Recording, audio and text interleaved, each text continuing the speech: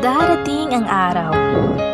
Darating ang araw, may isang taong hahawak sa iyong mga kamay at sasamahan ka sa paglalakbay. Yung taong magbibigay sa iyo ng sapat na dahilan para bitawan lahat ng hinanakit mo sa mundo. Yung taong nakikita lahat ng kahinaan mo pero naniniwalang isa ka sa pinakamalakas na taong nakilala niya. Yung taong walang hinangad kundi maalagaan ka at makita kang masaya. Yung taong kahit gaano pa kagulo ng mundo, makita mo lang siya kumakalma ka na.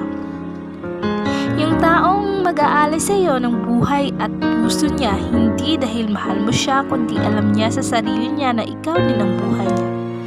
Yung taong hindi man perpekto pero nakukuha niya pa ding tumawa, umiyak at mangarap ng sabay.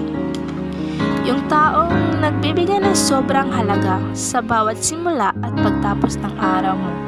Yung tipong kahit saan ka man pupunta, uuwi at uuwi ka sa kanya.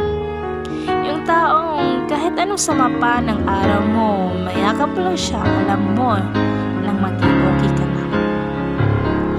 Yung hindi takot harapin lahat ng insekuridad mo at pinapaalala sa iyo palagi na lahat ng kahinaan mo ay tanggap niya.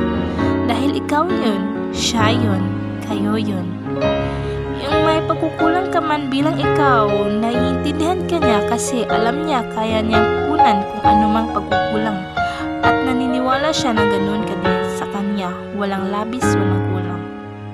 Yung sabay niyo tuparin yung mga pangarap niyo, sabay kayong tutupad na inyong tungkulin.